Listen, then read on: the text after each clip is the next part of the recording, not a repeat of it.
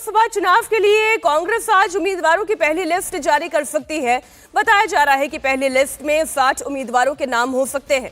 इसमें दिल्ली की 3 सीट भी शामिल है। इसके अलावा छत्तीसगढ़, मध्य प्रदेश, राजस्थान के भी कुछ उम्मीदवारों के नामों का ऐलान हो सकता है। आपको जानकारी दे दें, कल रात कांग्रेस चुनाव समिति की बैठक हुई, जिसमें उम्मीदवारों के नाम पर मंथन किया गया था। बताया जा रहा है कि राहुल गांधी इस बार भी केरल के वायनाड सीट से चुनाव लड़ेंगे। हालांकि उत्तर प्रदेश की अमेठी सीट से वो मैदान में उतरेंगे या नहीं, इस पर सस्पेंस बना हुआ है।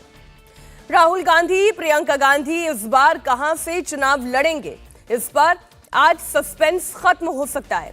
पहली लिस्ट में दोनों के नाम हो सकते हैं। राहुल गांधी का वायनाड से चुनाव लड़ना तय माना जा रहा है, जबकि अमेठी से उनके चुनावी मैदान में उतरने पर अभी भी थोड़ी सी चर्चा होनी बाकी है, क्योंकि कभी खबर आती है कि राहुल गांधी अमेठी से चुनाव लड़ेंगे और कभी ये कहा जाता है कि नहीं, वो केवल वायनाड से चुनाव लड़ेंगे।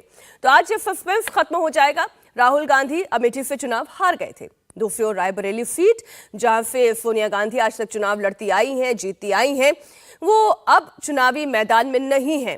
तो ऐसे में क्या प्रियंका गांधी रायबरेली से उम्मीदवार होंगी, इस पर भी अभी जानकारी आज पुष्ट हो जाएगी, क्योंकि सोनिया गांधी रायबरेली से इस बार चुनाव नहीं लड़ रही हैं, वो राजस्थान से राज्यसभा पहुंच चुकी हैं। ऐसे में रायबरेली से कौन कौन उम्मीदवार होंगे, इसे लेकर आज पर्दे हट जाएंगे। आपको यहां ये भी जानकारी दे दें कि उत्तर प्रदेश में राज्यसभा चुनाव के दौरान रायबरेली सीट के तहत आने वाले ऊंचाहार सीट से एसपी विधायक ने भी बीजेपी के पक्ष में वोट किया है। इससे कांग्रेस के लिए रायबरेली का समीकरण गड़बड़ा गया है। पहली लिस्ट में जिन उम्मीदवारों के नाम तय माने जा रहे हैं, उसमें कौन कौन शामिल है, आइए एक बार वो भी आपके सामने रख दें। छत्तीसगढ़ के पूर्व मुख्यमंत्री भूपेश बघेल का नाम शामिल है। राजनांदगांव से वो उम्मीदवार हो सकते हैं, जबकि त्रिवुनांतपुरम से सांसद शशि थरूर को एक बार फिर से उम्मीदवार बनाया जा सकता है। ज्योत्सना महंत को कोरबा से उम्मीदवार बनाया जा सकता है। इसके अलावा दुर्ग की बात करें तो दुर्ग से ताम्रध्वज साहू उम्मीदवार हो सकते हैं। कल रात मीटिंग के बाद कांग्रेस नेता सचिन पायलट ने कहा था कि सभी उम्मीदवारों के नाम पर मंथन हो गया है और आखिरी फैसला सीईसी को लेना है।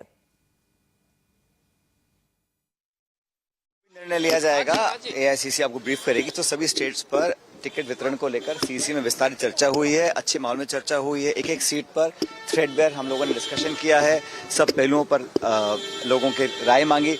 और जो मेंबर्स थे, जो हमारे स्क्रीनिंग कमेटी के चेयरपर्सन्स हैं, जो इंचार्जेस स्टेट्स के हैं, उन सब के साथ लंबी एक अच्छी विस्तारित चर्चा हुई, अच्छे माहौल में हुई है। बहुत जल्द हम लोग जो सीईसी का निर्णय होगा आप लोगों के सामने लेंगे। बड़े नेताओं को बोला गया है जो भी व्यक्ति चुनाव जीतने की स्थिति में है, उसको पार्टी आदेशित करेगी, वो चुनाव लड़ेगा। अंतिम निर्णय सीईसी लेगी और मुझे लगता है बहुत जल्द स्पष्ट एक वक्तव्य सीईसी का भी आएगा। पूरे जिन जिन स्टेट्स का डिस्कशन था, सभी सीट्स पर डिस्कशन हुआ है और मंथन किया गया है। जैसा मैंने कहा, एक अच्छा सार्थक पॉजिटिव एटमॉस्फेयर में डिस्कशन हुआ और सब पहलुओं पर हमने अपना ध्यान केंद्रित किया। खरगे साहब, आदरणीय सोनिया गांधी जी, सभी सीईसी के मेंबर्स, हम सब लोगों ने एक लंबी चर्चा करी है। जैसे ही निर्णय को लेगी एआईसीसी आपको सूचित कर देगा।